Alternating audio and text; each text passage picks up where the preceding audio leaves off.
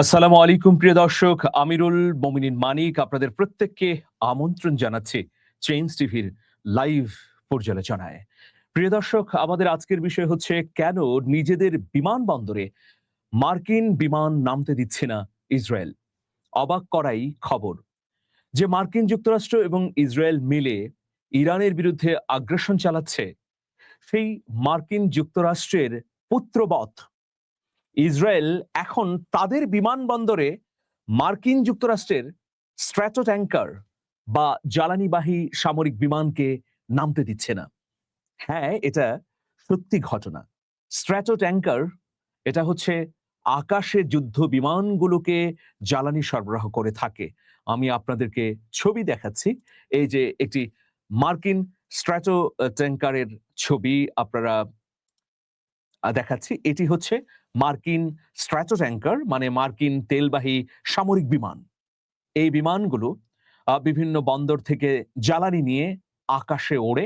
এদের কাজ হচ্ছে যে আকাশেই যুদ্ধ বিমানগুলোকে জ্বালানি সরবরাহ নির্বিঘ্ন বা নিরবচ্ছিন্ন করা। তো প্রিয় দর্শক, এইরকম স্ট্র্যাটো ট্যাঙ্কারকে নামতে দিচ্ছে না ইসরায়েল। তাহলে কোথায় নামবে? মার্কিন যুক্তরাষ্ট্রের যে ঘাঁটিগুলো আছে মধ্যপ্রাচ্যে, তা তো অব্যাহতভাবে ইরানের আক্রমণের মুখে রয়েছে। নিরাপদ হিসেবে ইসরায়েলের বেন গুরিয়ান বিমানবন্দরকেই দেশটি বেছে নিয়েছিল, কিন্তু এখানেও বাদ সেধেছে তেল আবিব। আসলে কি ঘটনা সেটা নিয়েই আজকের পর্যালোচনা। বিস্তারিত তথ্য আপনাদেরকে তুলে ধরতে চাই। দেখুন, ইসরায়েল এখনো তাদের বেন গুরিয়ান বিমানবন্দরে মার্কিন স্ট্র্যাটো ট্যাঙ্কারকে অবতরণ করতে দিচ্ছে না। এর পেছনে অনেক ধরনের পর্যালোচনা রয়েছে। তবে কান নিউজের প্রতিবেদন অনুযায়ী ইসরায়েল বিমানবন্দর কর্তৃপক্ষ আজ দেশের এয়ার ট্রাফিক কন্ট্রোলকে একটি ব্যতিক্রমী এবং সাময়িক নির্দেশনা জারি করেছে। এই নির্দেশনার মধ্য দিয়ে তারা বলেছে যে মার্কিন রিফুয়েলিং বিমানগুলোকে বেন গুরিয়ন বিমানবন্দরে আর অবতরণের অনুমতি দেয়া যাবে না। এটা কি আমরা বিশ্বাস করতে পারি? মানে মার্কিন যুক্তরাষ্ট্র মধ্যপ্রাচ্যে অশান্তির মূল পৃষ্ঠপোষক। মার্কিন যুক্তরাষ্ট্র ফিলিস্তিনের স্বাধীনতা না দেওয়ার পক্ষে প্রধান অনুঘটক। মার্কিন যুক্তরাষ্ট্র ইরানকে অস্থিতিশীল করবার প্রধান দায়ী। আর এই সমস্ত কর্মকাণ্ড হচ্ছে ইসরায়েলের সঙ্গে মিলিয়ে, মানে ইসরায়েল পৃষ্ঠপোষকতা পাচ্ছে মার্কিন যুক্তরাষ্ট্রের। দুটো রাষ্ট্রের একই স্বার্থ। তো এই স্বার্থ থাকার পরেও কেন ইসরায়েল এই ধরনের সিদ্ধান্তটি গ্রহণ করলো?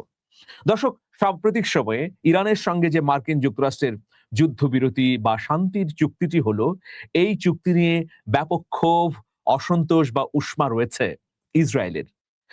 ইসরায়েলের প্রধানমন্ত্রী নেতানিয়াহু বারবার মার্কিন প্রেসিডেন্ট ডোনাল্ড ট্রাম্পের প্রতি আহ্বান জানিয়েছিলেন এই ধরনের চুক্তি না করবার জন্য, কিন্তু শেষ পর্যন্ত ওয়াশিংটন এবং তেহরানের মধ্যে একটি শান্তি চুক্তি সম্পাদিত হয়। যদিও এখন সেই শান্তি চুক্তি আর নেই বলে ট্রাম্প এবং ইরানের তরফ থেকেও জানানো হয়েছে। তো যাই হোক প্রিয় দর্শক, এই শান্তি চুক্তি করা নিয়ে ওয়াশিংটন এবং তেল আবিবের মধ্যে ভয়াবহ দ্বন্দ্ব তৈরি হয়। ইসরায়েলের আপত্তি সত্ত্বেও কিভাবে ওয়াশিংটন এই ধরনের চুক্তি ইরানের সঙ্গে করলো, এটা নিয়ে অনেক ধরনের বিশ্লেষণ হয়েছে। এক্সিওস, নিউ ইয়র্ক টাইমস থেকে শুরু করে পশ্চিমা বিশ্বের বড় বড় গণমাধ্যমগুলো এটা নিয়ে বিশ্লেষণ করেছে। এর মূল কারণটি ছিল যে ডোনাল্ড ট্রাম্প যদি এই ধরনের চুক্তি ইরানের সঙ্গে না করেন, তাহলে তিনি যে পরাজিত হচ্ছেন সেটা স্পষ্টভাবে প্রকাশিত হয়ে যায়। দ্বিতীয় বিষয় যে সেপ্টেম্বর অক্টোবরে মার্কিন যুক্তরাষ্ট্রের যে মধ্যবর্তী নির্বাচন, সেখানে তিনি গোহারা হেরে যাবেন। আর তৃতীয় বিষয় হচ্ছে যে সিনেট তাকে দীর্ঘদিনের জন্য যুদ্ধ চালিয়ে যেতে অসম্মতি জানিয়েছে বা অনুমতি দেয়নি। তো এত সব কারণে আসলে মার্কিন প্রেসিডেন্ট ডোনাল্ড ট্রাম্প ইরানের সঙ্গে এই যুদ্ধটি করেছেন, এই শান্তি চুক্তিটি করেছেন। এই শান্তি চুক্তি করে দুই রাষ্ট্রেরই কতটা লাভ হয়েছে সেটা পর্যালোচনার বিষয়, কিন্তু এটা নিয়ে ব্যাপক নাখোশ ইসরায়েল। এবং অনেকে বলছেন যে প্রায় কয়েক দশক পর মার্কিন যুক্তরাষ্ট্র এবং ইসরায়েলের মধ্যে এই ধরনের মতের দ্বিমত হলো। তো প্রিয় দর্শক, আমরা এখন দেখতে পেলাম যে সেই ঘটনারই একটা প্রভাব পড়েছে মার্কিন যুক্তরাষ্ট্রের উপর, যে কারণে ইসরায়েল বলছে যে তাদের বেন গুরিয়ন বিমানবন্দরে আর মার্কিন যুক্তরাষ্ট্রের জ্বালানিবাহী সামরিক বিমানকে অবতরণ করতে দেয়া হবে না। এটা দুই রাষ্ট্রের মধ্যে নীতির ক্ষেত্রে বড় ধরনের একটা ধাক্কা বলেই বিবেচিত হচ্ছে। এর পেছনে আরো কতগুলো কারণ রয়েছে, চলুন। ধারণা করা হচ্ছে এই নির্দেশনার উৎস পরিবহন মন্ত্রী মিরি রেগেভ এর দপ্তর।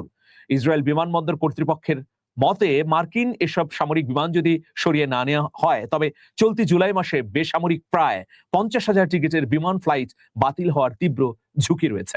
তাদের অভিযোগ হচ্ছে যে মার্কিন এসব তেলবাহী সামরিক বিমান অবতরণের কারণে প্রচুর পরিমাণে ফ্লাইট স্থগিত করতে হচ্ছে বা তাদের শিডিউল বাতিল করতে হচ্ছে। ফলে এই বেন গুরিয়ন বিমানবন্দরের খরচ চালানোর জন্য যে পরিমাণ আয় সেখানে টান পড়েছে।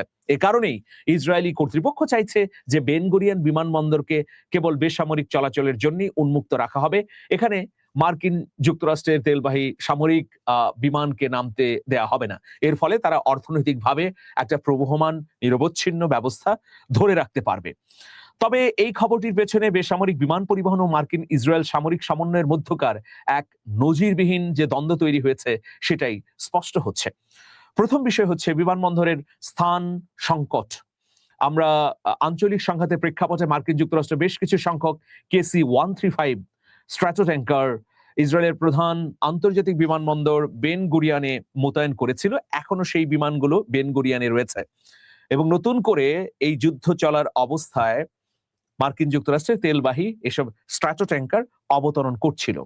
এর ফলে বিমানবন্দরের ধারণ ক্ষমতার প্রায় 70% কাজ এই মার্কিন যুক্তরাষ্ট্রের এইসব তেলবাহী ট্যাঙ্কার এবং তাদের সামরিক কাজেই ব্যবহৃত হচ্ছিল। ফলে এই বিমানটিতে তীব্র জট তৈরি হয়েছে। এই বিমানবন্দরে ব্যাপক স্থান সংকট তৈরি হয়েছে। এ কারণেই মূলত ইসরায়েল বলছে যে এখানে আমরা আর মার্কিন যুক্তরাষ্ট্রের স্ট্র্যাটো ট্যাঙ্কারগুলো রাখবো না বা নতুন করে কোনো জ্বালানিবাহী সামরিক পরিবহনকে নামতে দেব না। আরেকটি কারণ তারা বলছে যে গ্রীষ্মকালীন ছুটির চাপ ও অর্থনৈতিক ক্ষতি। জুলাই মাস চলছে, আপনারা জানেন যে জুলাই মাস হলো ইসরায়েলি নাগরিকদের জন্য গ্রীষ্মকালীন ভ্রমণের প্রধান পিক সিজন। পার্কিং স্পেসের অভাবে প্রায় 50,000 যাত্রীর টিকিটের মধ্যে বাতিল হওয়ার ঝুঁকি তৈরি হয়েছে। বিমানবন্দর কর্তৃপক্ষের কোটি কোটি টাকা লোকসানের মুখে পড়তে হয়েছে। ফলে এই বিমানবন্দরটি পরিচালনার যে ব্যয় সেটা বহন করতে হিমশিম খাচ্ছে ইসরায়েলের পরিবহন মন্ত্রী মিরি রেগেভ।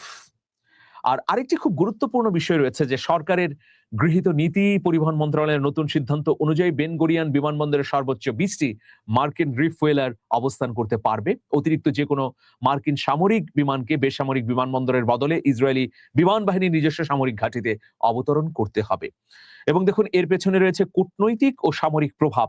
এই ধরনের নির্দেশনার ফলে যুক্তরাষ্ট্রের সেন্ট্রাল কমান্ড ও ইসরায়েলের প্রতিরক্ষা মন্ত্রণালয়ের মধ্যে একটি অনাকাঙ্ক্ষিত অচল অবস্থা তৈরি হয়েছে। পেন্টাগনের মতে বেন গুরিয়নের মতো স্ট্র্যাটেজিক স্থান ব্যবহার বন্ধ হলে তাদের আঞ্চলিক অপারেশনে কিছুটা স্থবিরতা আসবে।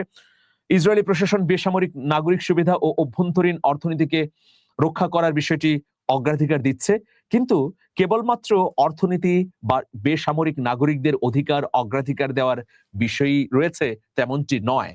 এই যে ডোনাল্ড ট্রাম্পের সঙ্গে নেতানিয়াহুর সম্পর্ক যে তলানিতে গিয়ে ঠেকেছে, এটার একটা বহিঃপ্রকাশ হচ্ছে বেন গুরিয়ন বিমানবন্দরে 20টির অধিক মার্কিন স্ট্র্যাটো ট্যাঙ্কারকে না রাখতে দেয়া এবং নতুন করে স্ট্র্যাটো ট্যাঙ্কার অবতরণ করতে না দেয়া। ভবিষ্যতে এই দুটি দেশের মধ্যে সম্পর্ক যে কোন দিকে যাবে তা এখনই বলা যাচ্ছে না। তবে একটি ধোঁয়াশা তৈরি হয়েছে, দোলাচলতা শুরু হয়েছে। এটি আরো প্রকট হোক, এটাই আমাদের প্রত্যাশা। দুটি রাষ্ট্রের সম্পর্ক ছিন্ন হয়ে যাক। আর যদি দুটি রাষ্ট্রের সম্পর্ক সত্যি সত্যি ছিন্ন হয়ে যায় তাহলে এই মধ্যপ্রাচ্যে ইসরায়েল একেবারেই একা হয়ে পড়বে। কদিন আগে ইসরায়েলের প্রধানমন্ত্রী নেতানিয়াহু একটা বিবৃতি দিয়েছেন। তিনি বলেছেন যে শুধুমাত্র মার্কিন যুক্তরাষ্ট্রই আমাদের সহযোগী বা আমাদের বন্ধু নয়। দক্ষিণ এশিয়া আরেকটি ছোট রাষ্ট্র রয়েছে, মানে কিছুটা শ্লেষ করে, কিছুটা মকারি করে তিনি বলেছেন যে সেই ছোট রাষ্ট্রটি হচ্ছে ভারত। মানে আমেরিকাকে একটু শ্লেষ করলেন নেতানিয়াহু। ভারত তো অনেক বৃহৎ রাষ্ট্র। আমেরিকাকে বোঝাতে চাইলেন নেতানিয়াহু যে কেবল তোমরাই আমাদের পৃষ্ঠপোষক বা সহযোগী নও, আমার সাথে ভারতও আছে। তো ভারতের দিকে ইঙ্গিত দিয়ে নেতানিয়াহু বললেন যে তারা আমাদের খুবই বিশ্বস্ত, ভারতের জনগণ ইসরায়েলের পাশে আছে। এর মধ্য দিয়ে কিন্তু মার্কিন যুক্তরাষ্ট্রের প্রতিও একটা অনীহা ছড়ে দিয়েছেন নেতানিয়াহু। তার খানিকটা প্রভাব আমরা এই বেন গুরিয়ন বিমানবন্দরে ল্যান্ড করতে দেখছি। আগামী দিনে কি ঘটবে এখন নিশ্চিত করে না বলা গেলেও এটা নিশ্চিত যে এই সম্পর্ক আরো শীতলতায় পৌঁছাবে। প্রিয় দর্শক, নিপীড়কদের মধ্যে বিভেদ অবশ্যই আমাদের আনন্দিত করে, কারণ মধ্যপ্রাচ্যে মার্কিন যুক্তরাষ্ট্র এবং ইসরায়েল যা করছে তা আন্তর্জাতিক আইন অনুযায়ী মানবাধিকারের লঙ্ঘন এবং ভয়াবহতম যুদ্ধাপরাধ। দর্শক, আজকে এ পর্যন্তই। আপনাদের মতামত জানাবেন। ভালো থাকবেন। আল্লাহ হাফেজ।